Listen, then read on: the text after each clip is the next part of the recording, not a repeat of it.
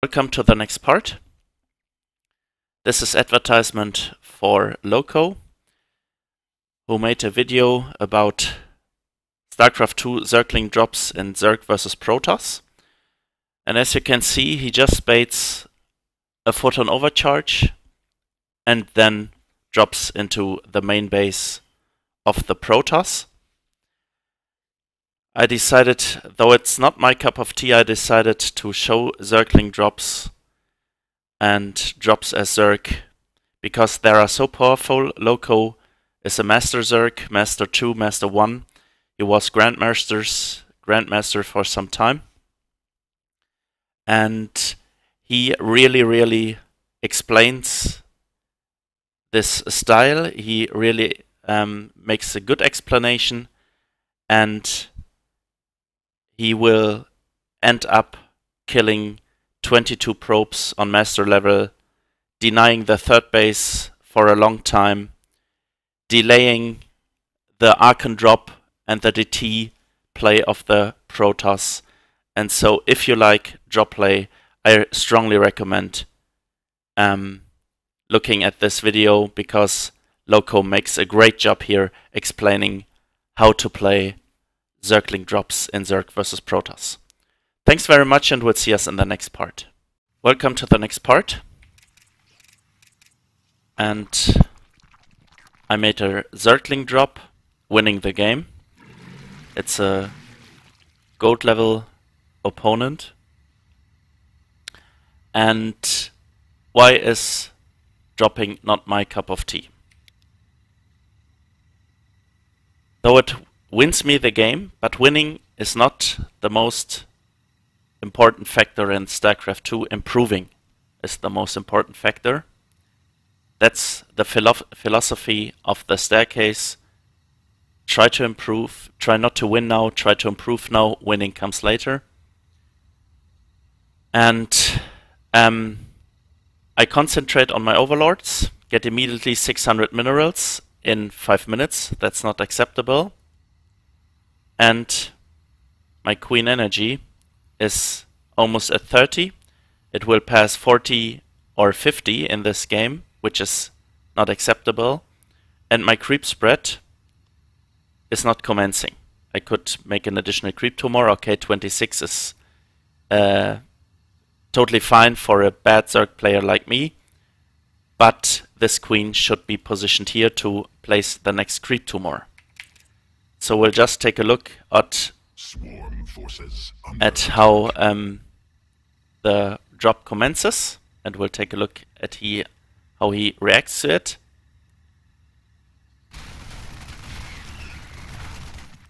I baited his army at the front, so I could unload all of my links and kill all of his SCVs. I split 2 links because I knew there are Marines there, which doesn't make sense at all, because 2 Marines win easily against 2 links. And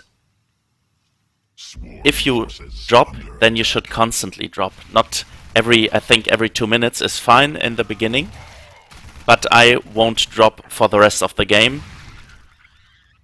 At the end of the game, I see a tank here and drop 8 roaches on the tank, but the game is over there. So he has only 1 worker. I killed 18 workers. And he has to live both bases. And of course the game is won. But the most important factor about Zergling drop is scouting as well. And I should realize that the game is lost for him. But since he builds cloaked Banshees, I'm so afraid I just stay at home. And the Staircase is about playing aggressively. That's very important. So this is it for the part drops, and I strongly recommend trying it in all matchups, as Zerg, as Protoss, as Terran, and try to take a look at Loco's video if you wanna know how it's played correctly. Thanks very much, and I see you guys in the next part. This is the next part. United is a Master Zerg. Pathfind was a Master Protoss, but even if this only would work on Diamond level, would be fine. This is Zerg drops, and we'll just take a quick look how this works out. He wanted to play hedge first, but he got blocked by the probe. And what is the plan here? Getting fast overload speed, getting circling speed, and attack the opponent with queens and circlings. Rest a little bit, scout the front a little bit. Metamorphosis complete. Metamorphosis complete. And then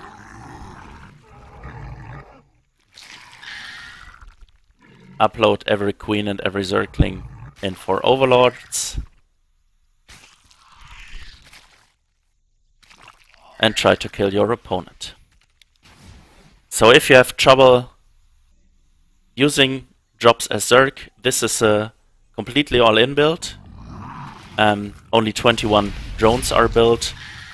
Here's the bait of the photon overcharge, so our overloads won't die. Our forces are under attack. And now the killing of probes and Nexi will begin. We have an additional photon overcharge.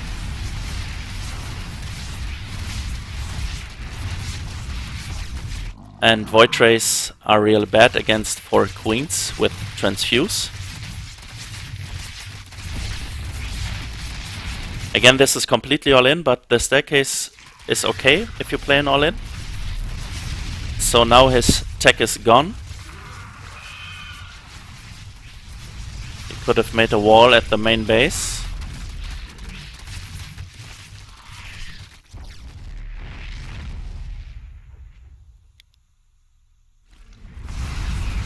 And since there's no wall anymore, and the queens are really good against the Void Rays, there's the GG. This is Zerg drops, and we'll see us in the next part.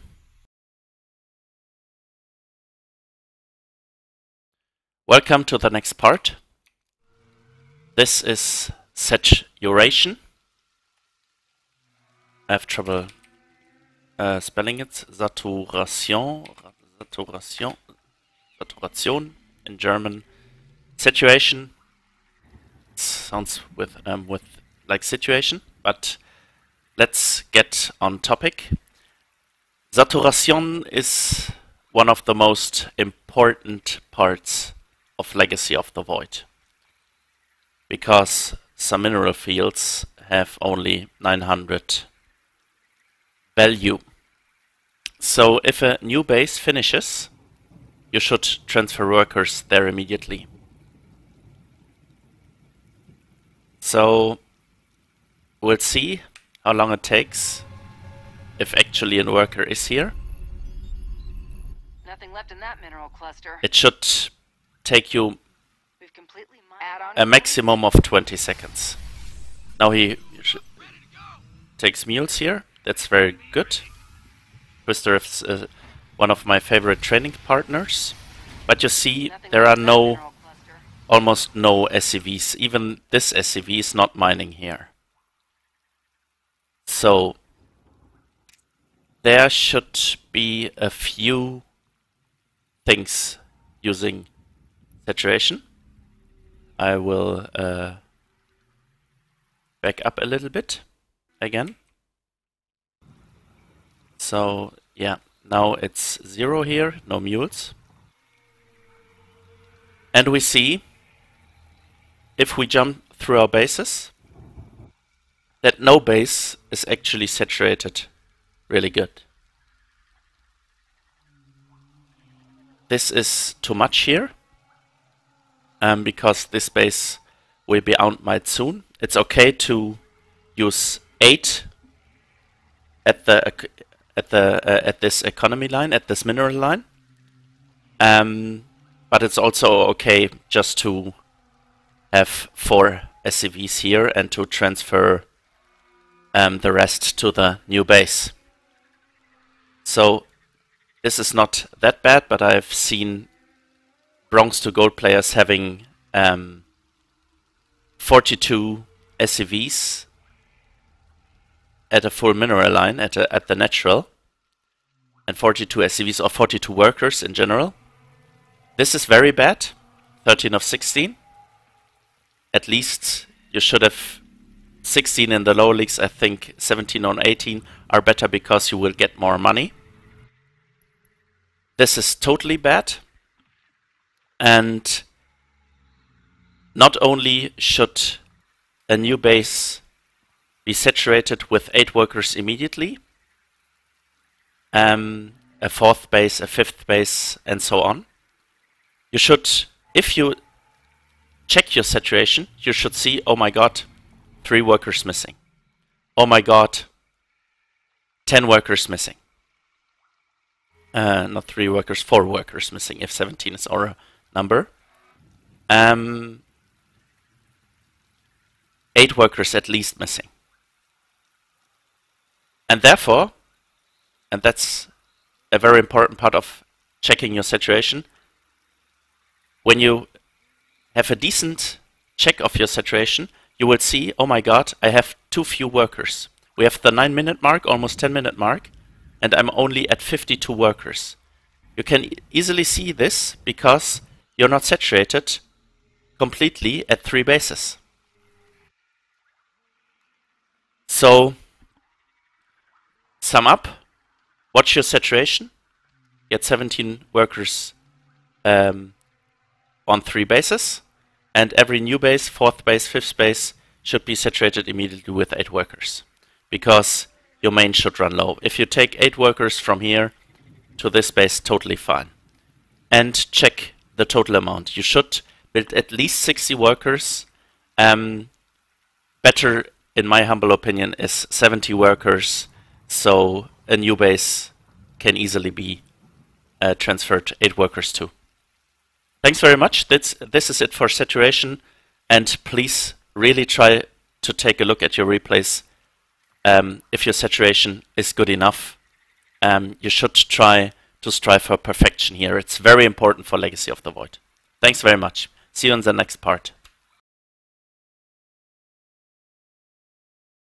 Welcome to the next part of scouting. If you have not seen it, take a look at Pick Daily 33. Basics of Scouting. I made a video about this too. How to scout. You can search it in my channel. And this was the first piece of it. I've sent my Overlord here and patrolled it. That's an important move for Zerg, because this building, if it's in the building, if this building is building, sorry, then it only has a sight range of 1. And if it's finished, it has 9. So this Overlord has 9, and I saw the pylon. The next thing, very important, is to scout for his base.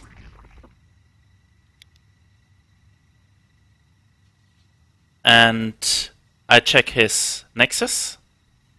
And then I see, okay, I click on the buildings. And I see, okay, these are 3 gates. And therefore, I assume he's playing an all-in. He's playing Cannon Rush. It's a gold level play. He's playing Cannon Rush. He's playing 3 gates. Perhaps the next gate is incoming. 4 gates. And I try to figure out how many gas he has taken. And I build a hidden base.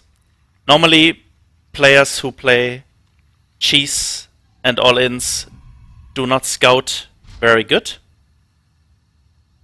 And as you can see, he builds a lot of cannons. Is afraid of one drone, and I thought I could get my drone, sneak my drone out there. I see the zealots, and I react to my scouting information. We'll come to the part playing reactively, reacting to our opponent. And I take a look at the minimap, and please take a look at the minimap too. You should see red dots leaving his base. There they are, and I've seen them. I do not switch there because I have my eyes on the minimap. That's why one golden rule is watch the minimap. Of course, I have 7 overlords, which is a total disaster in this scenario. But I've built overlords instead of drones. Was a misclick of mine, but would have been fine if I lost the game because of it. And queens are good fighting units. Since I cannot use my Zergling, I want to scout his natural, which should come in the next few moments, I guess, because I play Forge. If I play a Cannon Rush, I play Forge into second Nexus, so I can build probes all the time when I Cannon Rush, but he does not build a second Nexus, and since he only has 2 Zealots and I have 13 links, he will never get a Nexus, and I have 3 bases, so he leaves the game. Well, this is scouting, and we'll see additional stuff about scouting and reacting to our opponent. See you guys. Welcome to the next scouting part. This is not only good scouting via creep spread. This is an excellent example how you can kill your opponent with good macro and 2-prong attacks. We have 200 supply, but we want to build some lurkers because our opponent has 26 stalkers. Playing reactively means you should react to stuff like this. There is this recall, and we lost some roaches, we killed 6 workers, we killed some pylons. And right now we are able to move 12 lurkers. We did not waste our complete army. We did a 2-prong attack, and as you can see, the creep spread is just insane. Could be a little bit better here. An overlord could be here, and then we could creep here. But it's just insane how this creep spread look when it's a master versus master replay. And again, a 2-prong attack. And now we will kill some probes, I think. We will get his nexus. We killed 18 workers already. And good creep spread, 2-prong attack. 2-prong attack is available to all races. It's very simple to execute. You just have to be sure that you don't die if you make a 2-prong attack, and that you do not waste your complete army. So this is scouting for Zerg. I will show another replay where the creep spread is almost as good as this replay. But for Zerg, only 2 examples. For Protoss and Terran, we will need some more examples of good scouting and getting map vision. This is about getting map vision, and creep spread and overlord spread is about watching your minimap and getting good map vision. Thanks very much. We see us in the next part. Welcome to the next part of scouting. As you can see, the creep spread of Umber is totally insane. It's a master versus master replay. And we'll just pause. He has the watchtower. His creep spread is on the side of the Terran. The Terran open up with 6 Reapers or even 12 Reaper has, I don't know. He built a lot of Reapers. We can see, yeah, 12 Reapers. He lost 12 Reapers. I don't know, but I think you could position an Overlord here and an Overlord here. But what happens now is should be considered for all races and all matchups. So you try to get vision, map vision via the watchtowers. Build a pylon, place a marine, an adept, a hallucinated phoenix, whatever you like. You place something in the middle, which gives you vision over the middle. And then, if you can see the minimap, if the minimap blinks like a Christmas tree, good things will happen. And we see this army here. He sees the move out, will clear the rocks so he can take his next expansion. And since his creep spread is brilliant here, he sees this drop incoming from the right hand side. It's a major mistake on Masters for the Terran player not to play his drop like this, because here's no creep spread, and the Terran knew here is creep spread. But we'll see what happens. We have a superior army.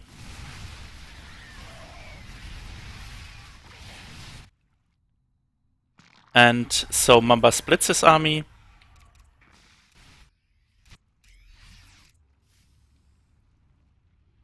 And will clear the complete drop here, or move command here. And the lost tab looks like this, because we had good creep spread and good map vision. And now we're going to Protoss and Terran. Which doesn't have watchtowers. And we'll just retract our army so it doesn't move into death. Scouting Abyssal Reef for drops. The first possibility you should always use is depots at the outer rims of the rep. I don't know the right word. At the edges, whatever. And to be completely safe against attacks, you need on Abyssal Reef a lot of Marines. I've seen pro gamers using 3 Marines. Probably this attack path won't be necessary, because sometimes the army will be in vision of this depot, but sometimes it will not. So yeah, it's my humble opinion, I just don't like these maps. And if you have you are able to avoid those maps and veto those maps, just do it. And try to play on maps with watchtowers. If you have to play, perhaps a map pool is not available with watchtowers, play an aggressive strategy. Scout your opponent as often as you can through harass, through attacks, and then you should be fine. So if you know where his army is and how his unit composition is, you should be fine. Thanks very much. We'll see us on the next map.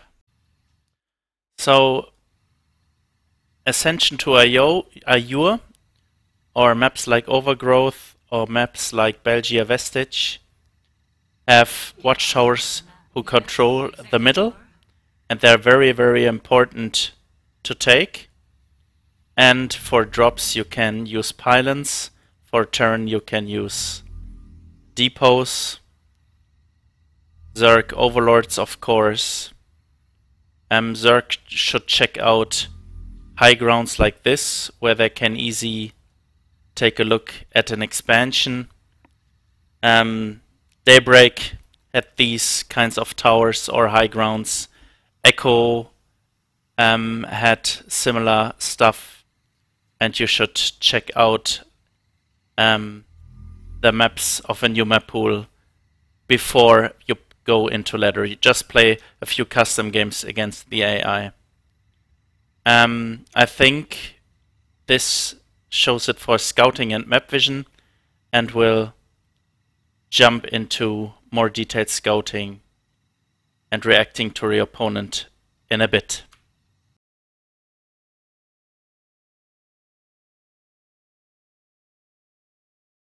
Complete.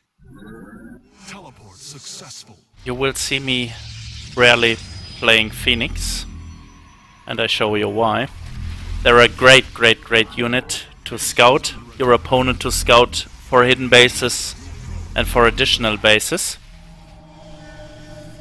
Perhaps I should practice them more. Terran can use Hellions and Banshees with upgrades. They're fast units too.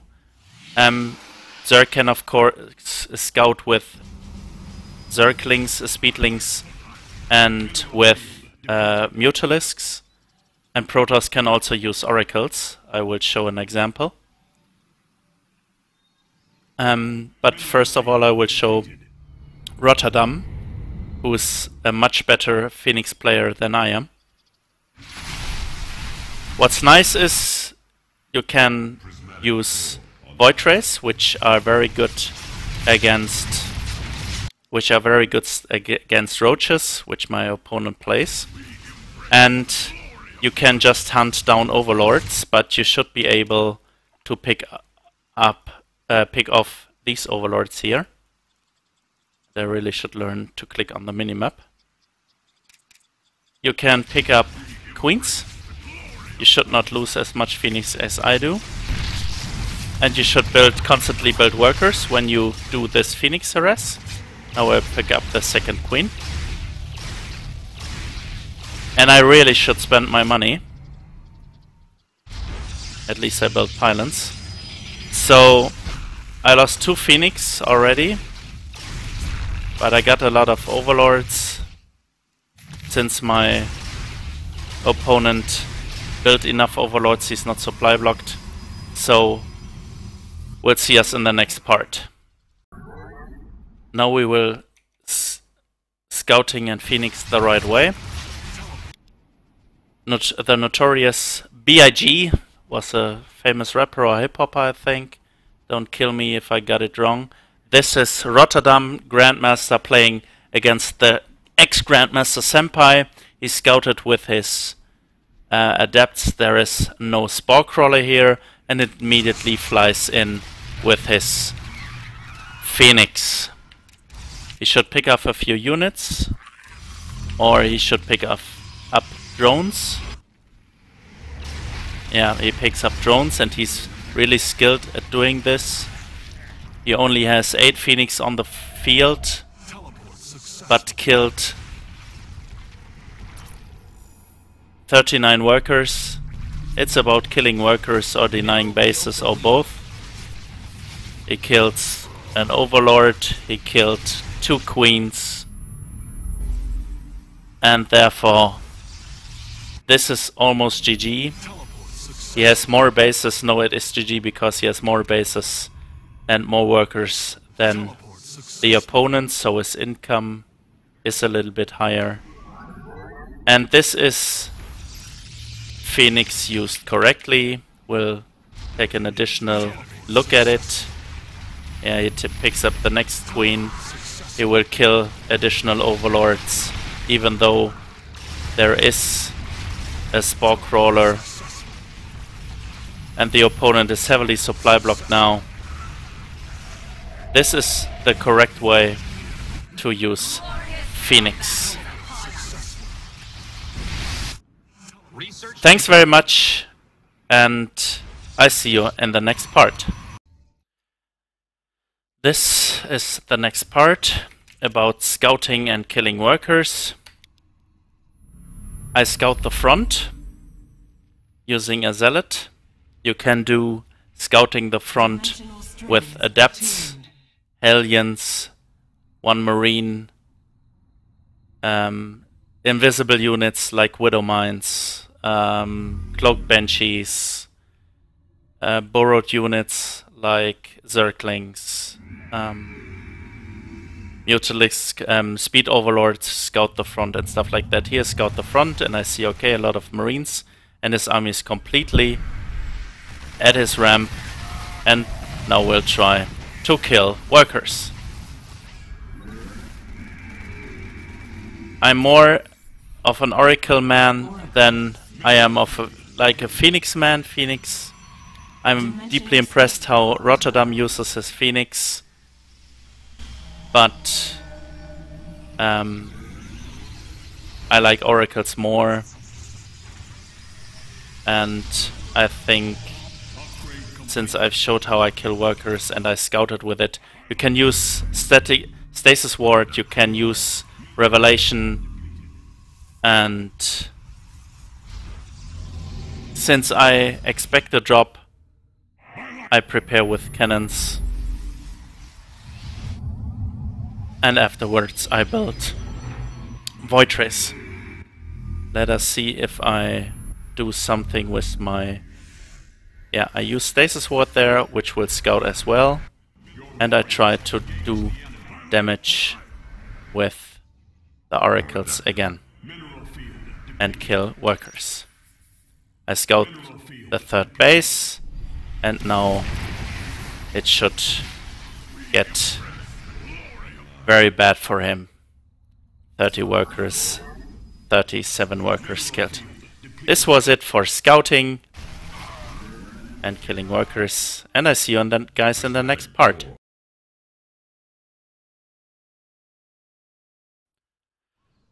Welcome to the next part,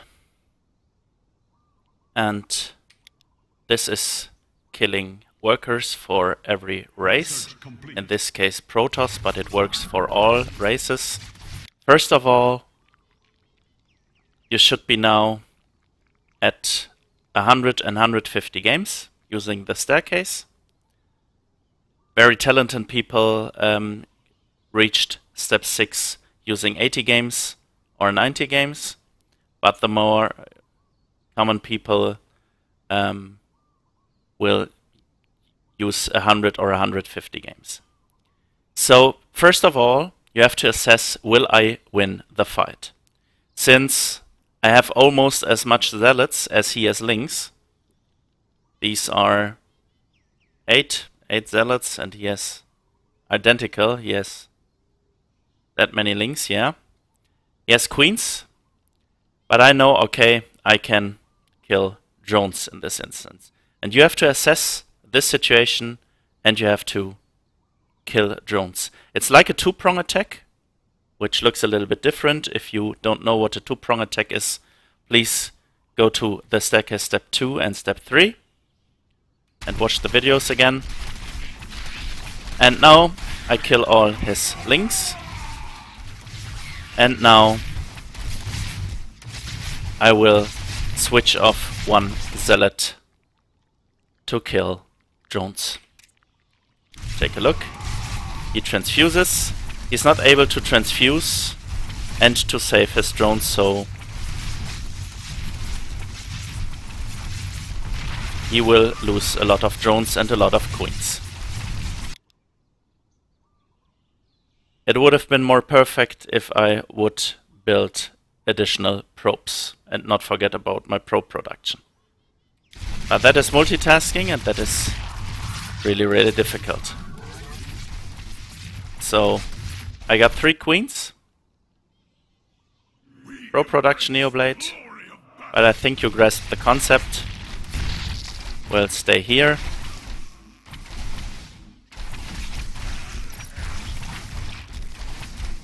I killed 13 workers using split technique like I showed in the Staircase step 2 and the Staircase step 3. Thanks very much, and we'll see us in the next part. Welcome to the next part. This is how to kill workers. There are many, many different ways how to kill workers. You have seen zealots walking into a mineral line, which works for zerglings and marines as well. If the mineral line is not protected, you can easily kill workers. A different style is Add-on complete. to play cloaked Banshees or Phoenix or Oracles Baneling drops, mutas, whatever you like. And since I play an all-in, I do not scout. I scouted with one marine to see where he is, what he's up to. But I did not make Our base is under attack. a scan like I always do. And Research complete. just to explain what I do here, I show, Nothing you left in that could mineral say, okay, cluster. don't show your Banshees, but then I would have trouble defending this stuff. And this is multitasking. I chase his adepts away, and meanwhile I build SCVs, and I move this Widow Mine into his economy. And this Widow Mine will get a lot of workers. Engine screaming. And it scouts, okay, this guy did not build very much, he built too few workers. And we'll just see how I kill those workers. I cloak before I enter his base. I lose two. I focus down the cannons, and I have to be careful not to lose my Banshees. And you see, I lost one against Photon Overcharge. But the major part I'm proud of, I kept my money low. But my macro slipped all the time, like big supply blocks and stuff like that. Opened fire. But killing your opponent's workers is a very good strategy to win a StarCraft 2 game. And there are a million ways Under attack. to kill workers, for every ways. Not a million, but a lot of ways. So the next thing how you can kill your opponent and win StarCraft 2 games is denying bases, which will be the next part. Welcome to the part denying bases or deny bases. My major strategy is just to deny my opponent a third or a fourth base. Sometimes this doesn't work, of course. And in this game, the guy played an all-in, which I defended. And then I had no problem denying his third base. And though it might sound easy, just deny his third base, it's very difficult to execute. And of course, his all-in helped me. I have 2-2, he has 0-0. I have double his worker amount, and I can Nothing easily left in that mineral cluster. Our forces have deny opened his fire. bases. And again I deny his base, and that's it for this part. Try to deny the opponent's base, the opponent's bases.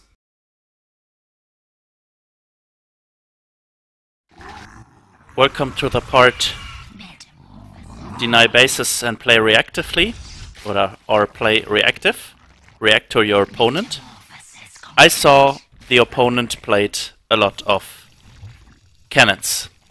And so I thought, okay, if he builds a lot of cannons, and I checked again, we'll just slow down for a little bit.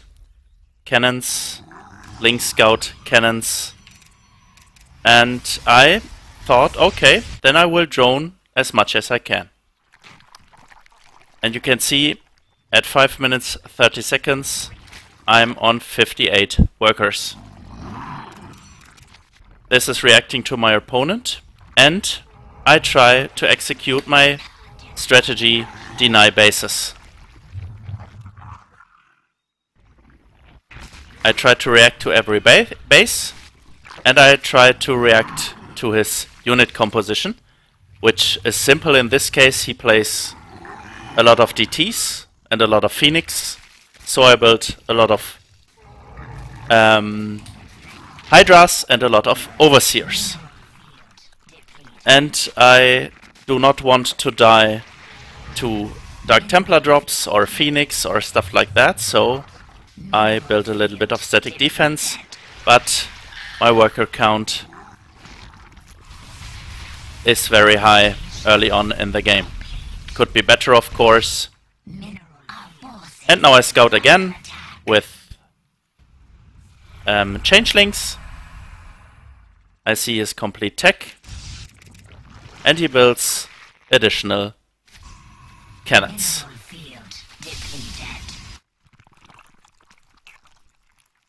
I don't know why, but sometimes in the lower leagues, I think this was a silver or gold opponent, they built a lot of cannons. I like 1 cannon per economy or even 2, but this guy has 12 cannons at 10 minutes on 2 bases, which is a little bit excessive. And since I wanted to emphasize the technique how to deny bases, I just do not attack him, even though I could easily destroy him now. But I reacted to my opponent with drones, I reacted to his Dark Templars and to his Phoenix with Hydras and with Overseers. And if you're in the Staircase 6, I strongly recommend you try to react to your opponent and try to deny bases. And again, I deny the base there. I let creep spread rain on his bases so he could not expand easily. And I always renew my overlords, which will rain creep. That's it for this part, and we'll see an additional part on Platinum. Welcome to the next part. Play reactive, or playing reactively. I saw his third base, so I immediately built a third base on my own. I try to deny bases as good as I can. I built a Stalker because he scouted a lot with overlords in my bases, so I tried to kill his overlords with my Stalker. I reacted with a Stalker to him. I reacted with a early third base. He builds additional bases, I think. No, it's only mech ratchets, and I'm ahead in workers. You will see statistics of my later games where I am always ahead in workers. I think being ahead in workers and in the resource collection rate is very important to win games. I deny his base. I try to deny his next base, which won't work because he has way too much units. And I see roaches. I built an additional gates, and I built an additional robotics facility. I think I already have one. Yeah, there it is. And here is the next. Because I reacted to my opponent and I try to counter his units.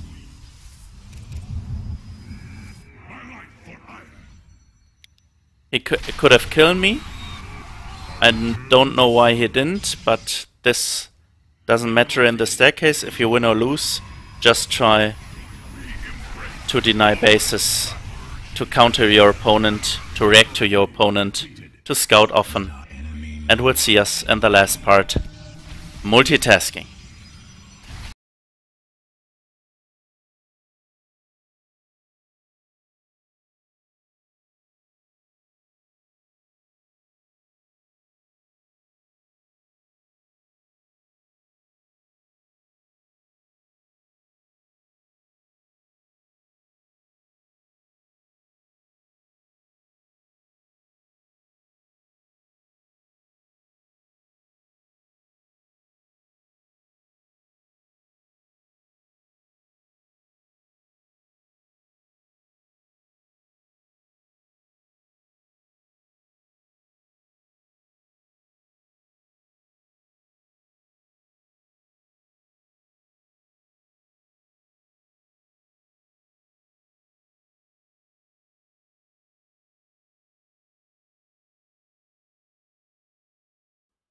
Welcome to the next part. This is multitasking, and we begin with Terran. You search for NeoMT and find all of my multitasking maps. We'll take Revamped, NeoMT Darklines Multitasking Trainer Revamped. You can play the original trainer, no problem about it, but the hotkeys are Wings of Liberty. The units are Wings of Liberty. Though it should not make a problem with Medivacs and Marines. Some people told me they would like an LOTV version of it, and will push create game. It's important you choose elite and economic focus. Economic focus is even more important than elite, because if you don't choose this, he will attack your depots on the left hand side. And I will check the video again, it looks good. I have the stream keyboard online, so you can see my input. I will leave this game when I have an idle production time of 500 or less.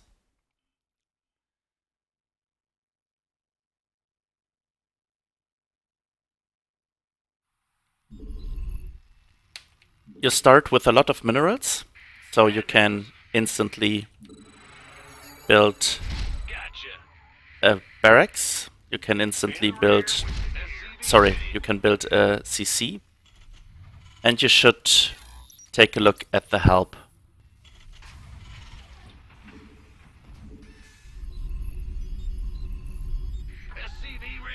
And we should immediately build depots. You can also use the attack move command to tell your units to move to a location and attack any enemy forces they encounter along the way.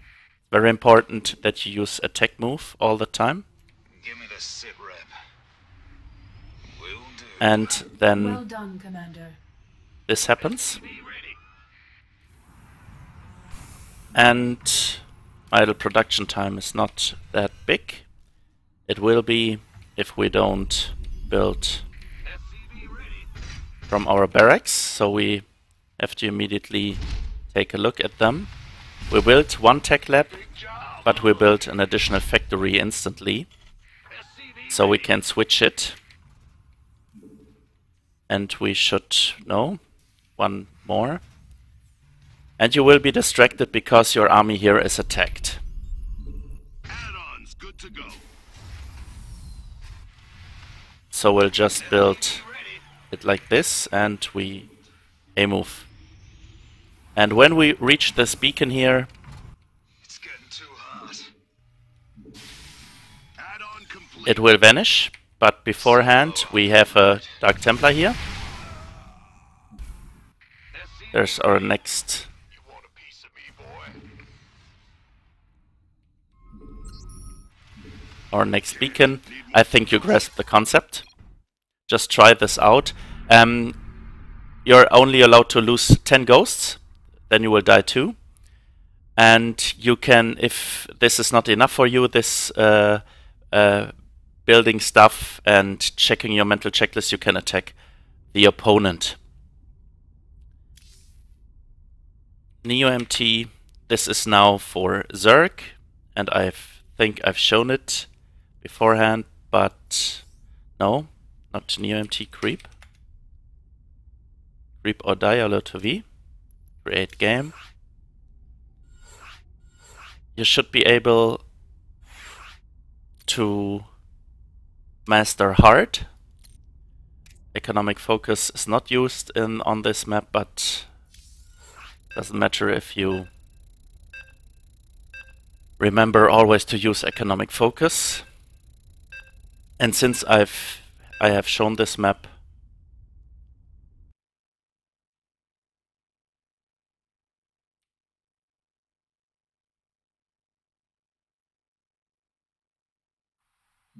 Not enough minerals.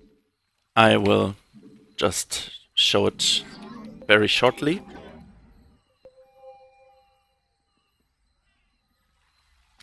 We'll build a 13 pool right now, because we want to have a queen very early on to just show how it works. More minerals required. Build an overlord. Mineral quantity Have to move the insufficient. Proberto around here. Insufficient overlords. More overlords required. And Your probes are under attack. if this map is not difficult enough on harder, you can try elite. Then you have to move this Proberto around all the time. On the lower difficulty levels, if you produce a queen, the Proberto is removed, because you should concentrate on your creep spread. And since I've shown this map, the queen is almost done. You can move one overlord here, so you can see his outcoming troops, the troops which will attack you. Birth successful. And there's the queen birth. Normally you would do an inject, of course, but now you have only 1 minute to inject again. I will show this. We'll take a look at this 2 more.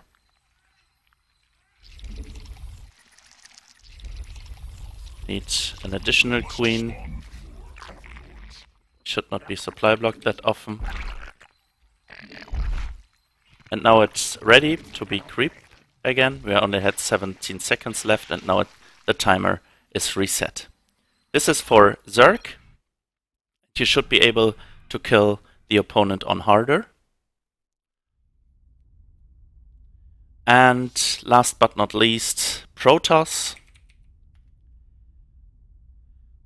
Daybreak Neo-MT has a very strong AI.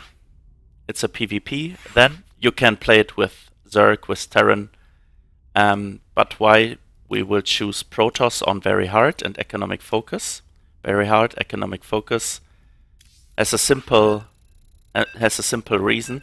This map provides Phoenix, and Phoenix are an important unit in the game. Grandmaster Rotterdam and Caster Rotterdam plays Phoenix in almost every PvZ. Sometimes he plays it in PvT too, Need more and he minerals picks for up that. workers with More it, minerals than we have. and he does a lot of good stuff with this Phoenix. Again, read the help, very important. And you have to first scout your opponent. We should build a pylon, not get supply blocked.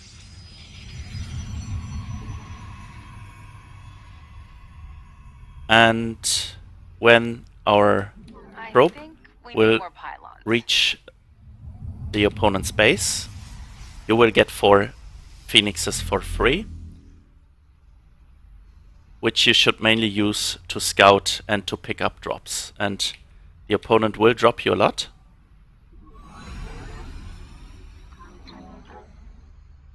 Scrolling is bad. There are my phoenixes. I'll just get back here. You just move 1 probe there. Again, I scrolled. And these now get my scouting phoenixes. And I can check out, does the opponent has an expansion. Need more minerals for that. Cannon rush is sometimes a More problem. minerals than we have. We don't have enough minerals. Cannon rush is not a problem now. I should have checked if he builds a forge. And you can easily scout for bases. You can scout his base, I am eager to pick up units if you wanted to, and stuff like that. And this is it for the first part. We'll just show one map you all should play and you all should try. This is in the arcade Neo MT. It's called Roberto Frost. You create a game, and I will show a replay of this. I will deactivate StreamKB now. And you set this to very easy, this to very hard. Not very easy. And very important is to set max minerals on 800.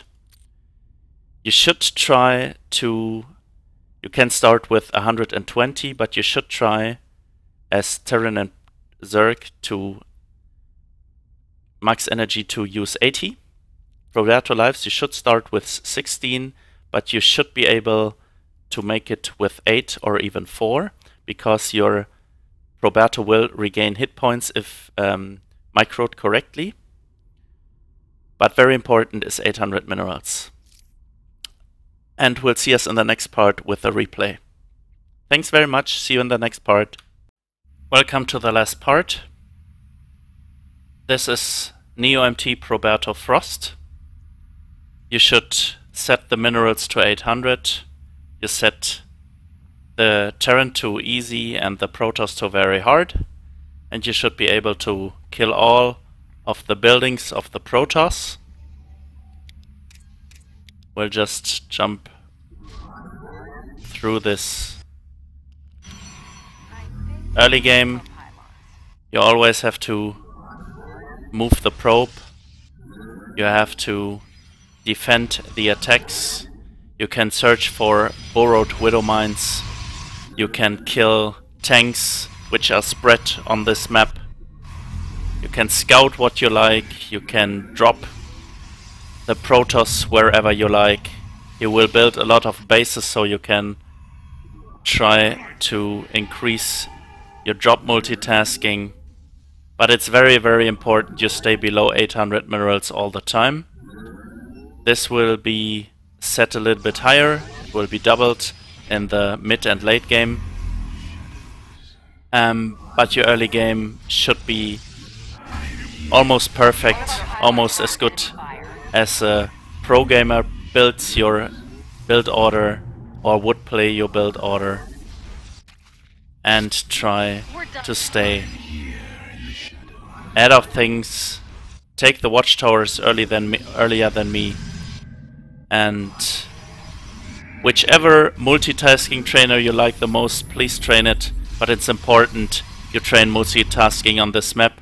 It really will help you improve in the ladder, because my opponents do not play cheese and they always do the same stuff, and you can prepare for it. Thanks very much, and we'll see us in the next video. This was it for the staircase, step 6.